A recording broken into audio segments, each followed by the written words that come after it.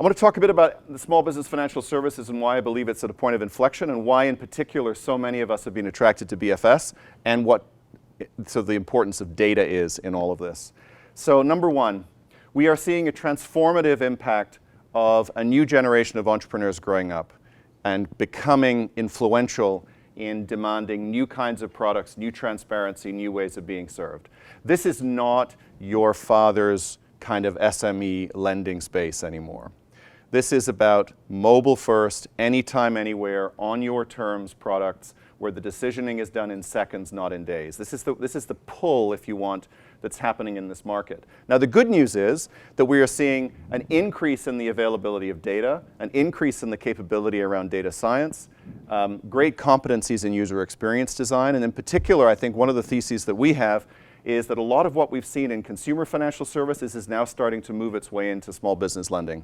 And that will transform the entire kind of user experience, if you want, for customers. However, this is not lost on the very big companies around the world. Amazon, Shopify, Square, PayPal, Stripe, everybody is running to this space.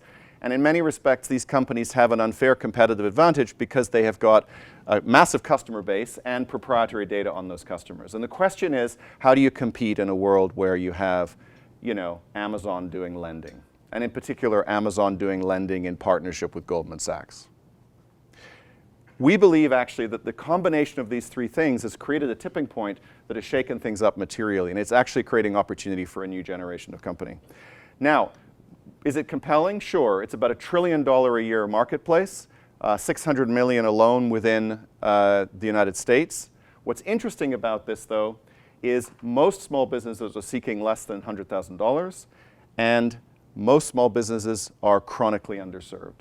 So to me, this is still very much of an untapped market. And it's part of a broader theme that we see around the world of the underserved, where roughly 2.5 billion people remain financially underserved.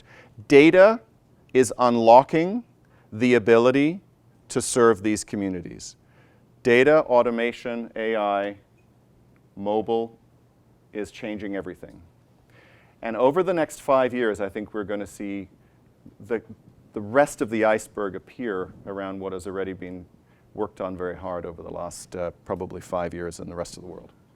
So, fast-growing middle class in emerging markets, a disenfranchised kind of millennial class that doesn't want to accept the banking products of the past, and about 700 million aspirational near-prime customers around the world. This is an enormous marketplace.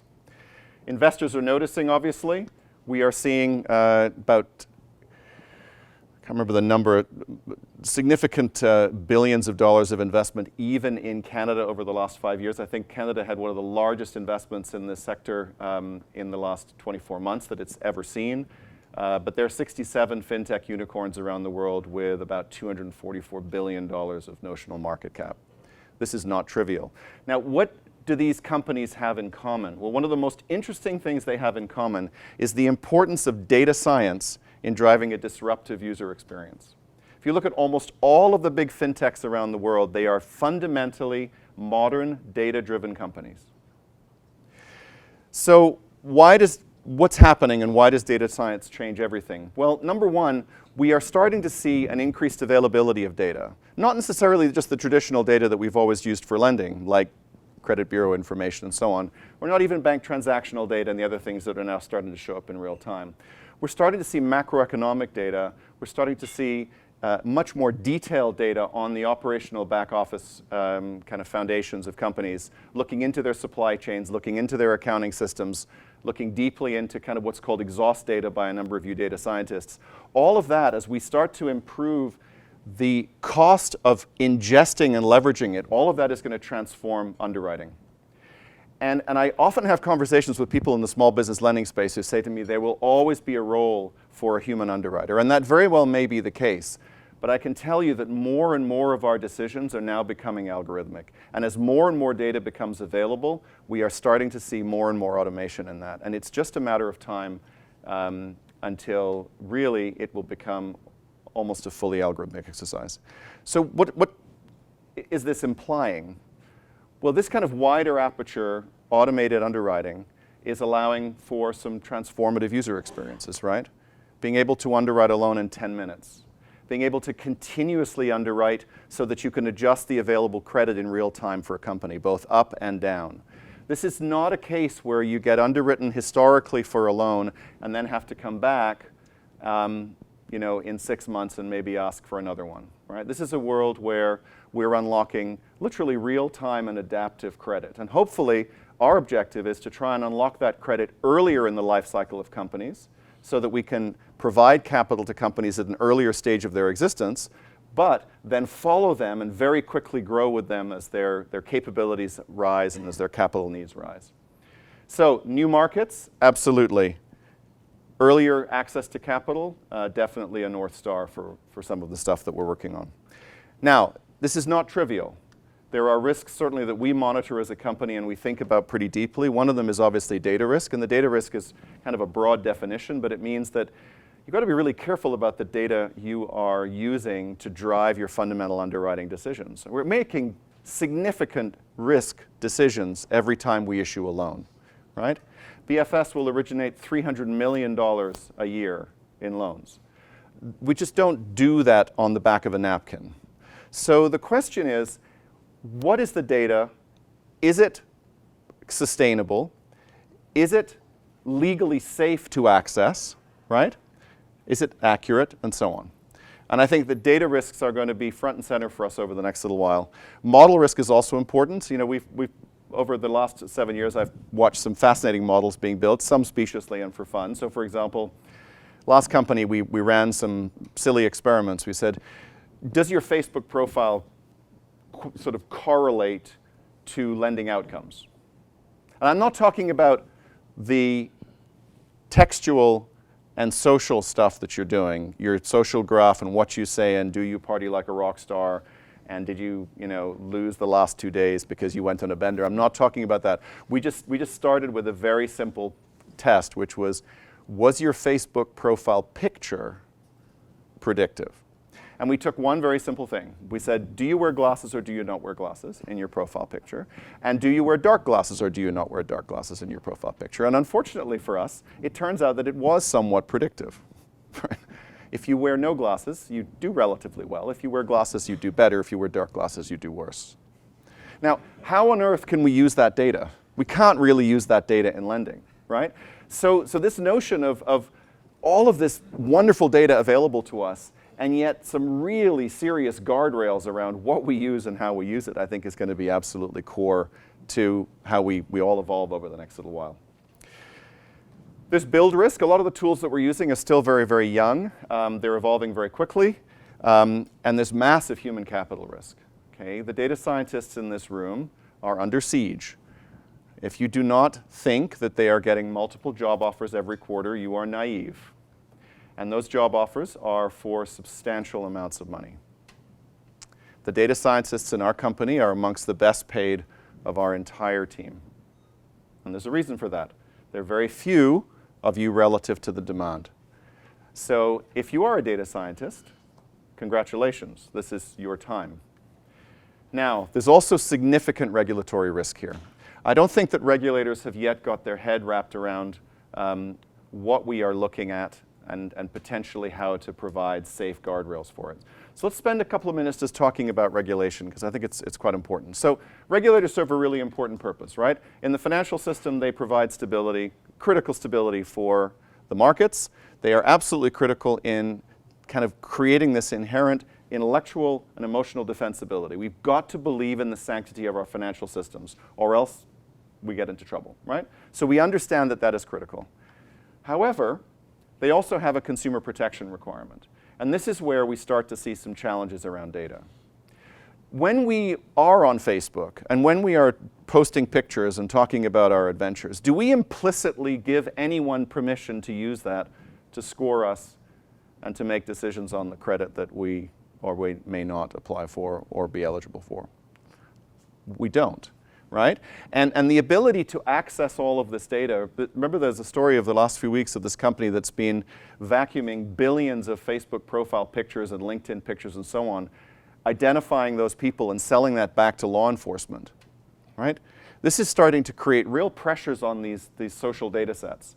And so it's really important that we kind of get this right. The problem is that all of us as businesses face a pretty wide range of regulatory standards, right? And multiple overlapping regulatory bodies. They're often confusing jurisdictional overlaps. Why does this matter? Well, it's not only a risk to the business, it matters in the fact that we need to take a leadership role with regulators. You cannot just hope that this is all going to turn out right. We believe firmly that you need to engage early and you need to engage often. So there's a couple of ways that we're working with regulators. Number one, we're trying to help them understand why doing this proactively creates a significant opportunity for innovation, right?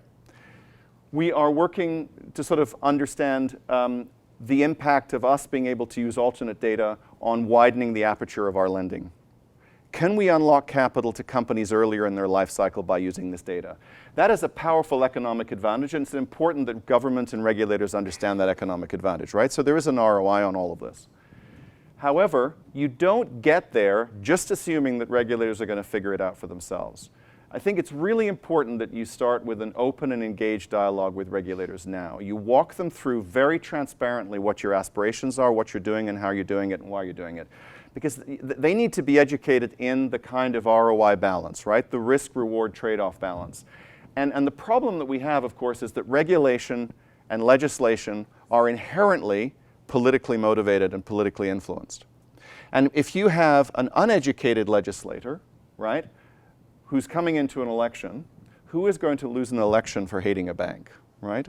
And so if we don't play a proactive role in being both good actors but helping these organizations understand how best to evolve, I think we're all at risk, significant risk. And I think you delay this at your peril. If you're not actively engaged with regulators right now and looking ahead of the curve with them and explaining to them how, or even asking them, their input on how we're using data and how we expect to use data, I think it's at your peril. So I want to spend the last few minutes just covering some ground around a number of interesting companies using data, not only in lending, but in financial services, whether it be obliquely or directly. Many of these companies, interestingly enough, come from rest of world. Why is that? Well, in some respects, necessity is the mother of invention, right? So if you're going to be lending in sub-Saharan Africa, you don't have, a nice Equifax credit bureau with lots of years of data. You just don't. You barely have a banking infrastructure with historical data in it. Really, you have to judge people on the basis of alternate data. So the competencies that are being built in this area, because necessity is the mother of invention, are tending to be built in rest of world, not here. So South America, there's a massive rise in financial services innovation. Africa is, the second or third fastest growing market, and probably the second most valuable banking marketplace in the world in terms of the potential. Okay, these are significant forces. So let's talk about some of these companies and what they're doing and why we think it's just interesting and important. So Tala is a company based in Silicon Valley, but focuses exclusively on Africa. Tala's entire business model is driven by lending small amounts of money to both consumers and I think increasingly now to young entrepreneurs. The entirety of the risk decision is automated, and the entirety of the risk decision is driven completely by what is on your phone. Nothing else. Now, do not underestimate what is on your phone. Our entire lives are on our phone. The apps we use, our social graph, right? Where we spend our time. In some cases, access to things like browsing history. All of that is on your phone. And you need to be very, very careful when you give apps permission to interact with the core content of your phone. Because this data, it turns out, is not only predictive, but it also carries some risk. In Tala's case, they're using it for good. And because the mobile is so much the center of the financial life for people in Africa, they're able to do this extremely effectively. Now, WeLab is doing this at a much bigger scale. So WeLab scrapes a significant amount of telco and social data in order to understand who you are as a person and judge your scoreability, right, your lendability. They have raised $581 million. They're very, very smart investors behind these companies. Talla's raised $130 million, I think, right? So this is both a reflection of the potential upside of these businesses, but these are both alternate data-driven businesses. So there is clearly a really interesting opportunity for data in this space. The Brex of Africa is a company called Tribal Credit. They use a bunch of really interesting technologies to score emerging small businesses in Africa, but they also use blockchain and other technologies to enable payments where you have cross-border payments infrastructures that are less mature. Tribal is much younger as a company, also I think based in the Valley, but focused very much on emerging markets. Beyond lending, we are seeing some interesting other data uses and data sources, including the gamification of life insurance, car insurance, and so on. So Aviva is an interesting company in the sense that your ability to bring down the cost of your life insurance is driven by your behavior. So if you record workouts, right, and you show that you are focusing on physical fitness and nutrition and so on, you actually unlock life insurance at a lower cost. This is early days, but you can imagine similar paradigms in lending. Krabi, and I love the name of this company, is a very young emerging insurance player in Mexico. And you basically, you start with Krabi by downloading the Krabi app, and then you give Krabi access to all of your location information, speed information, everything. And based on that, you get a score as a driver and you get the appropriate level of insurance. Now, I'm sure that driving in Mexico City is no fun, and I'm sure that it's a very high-risk venture. It's a lot like driving in South Florida. But the question here is, you know, they're good drivers and they're bad drivers, and if the insurance company has near real-time access, or at least reasonable access to your driving behavior and your driving habits, why shouldn't you be rewarded for it? Much younger company. There are analogs, as you know, across North America for this already. But again, this is a trade for data. You are giving up your data to get something back in return. Okay, really interesting company. Now, let's talk about big data. For some time now, hedge funds and others have had access to significant amounts of data. Sometimes it's called exhaust data, right? There's many different kind of components of the data stream. Satellite imagery, ship tracking, jet tracking, supply chain estimates based on container flows in ports. So the guys at Orbital Insight are pulling all of this together, including real-time satellite imagery, and providing that information to many types of companies, but amongst them, significant financial services investors. Now, today, those companies typically are seeking alpha, and therefore they're looking, it lands first in the investment space, right? The serious hedge fund space. But if we are lending, macroeconomic trends are important, right? And if we can glean macroeconomic trends from data like this, we should be ingesting it in real time. So I think you're going to see kind of a movement from sort of a seeking alpha to seeking genie, if I can sort of coin a phrase, right? And I think that more and more of this data is going to be made available to us. Certainly at BFS, we are starting very simply with real-time bank transactional data, real-time social data, cloud accounting data, and credit bureau data, right? Real-time, 7/24, 365. In our new products, if you want one of our products and you want to be able to unlock capital earlier and you want that capital to grow in real time as you improve as a business, you give us real-time 7/24, 365 access to all of that information. Now, by the way, in return, we give you some great benefits, right? We'll alert you with low cash balance situations. We'll give you an alert if someone says something bad about your social score. We give you, there's a trade here of value. But do not underestimate the importance of 7/24, 365 data. We are going to be all over that. That's wave number one. Wave number two, and the challenge to Gene and the rest of the team, is how do we look at more broad-based data, macroeconomic data, or even microeconomic data, or company-specific data, to be able to make bigger lending decisions algorithmically. This stuff is key. Now, right here in Toronto, there's a very interesting company called Quandl that's now, I believe, owned by NASDAQ. Quandl is a data aggregator. Quandl aggregates all kinds of interesting information, and again, most of it's used by the investment community. There's some great stories from Quandl about how that data has been used. So, for example, I think it's 2017, Johnson & Johnson was in the midst of an acquisition of a company. That company was based near Basel, Switzerland, perhaps. And the hedge fund guys were tracking the Johnson & Johnson corporate jet. And they noticed that it was spending an awful lot of time at this particular airport. So they mapped who works and lives around that airport, and they discovered definitely there was a company or two here that would be in their sights. And it turns out the good part of it was they were already investors in that company, so they were able to kind of understand the potential impact for an exit and double down on it. That stuff is happening all around us, right, today. It's not happening in the lending business, though, today. It's happening in the investment business, the hedge fund business. Why isn't it happening in the lending business, right? Why aren't we using this information to have insights into not only micro trends, but broad macro trends? And so I think that's one of the really interesting questions that we're asking ourselves as we evolve our strategy at BFS.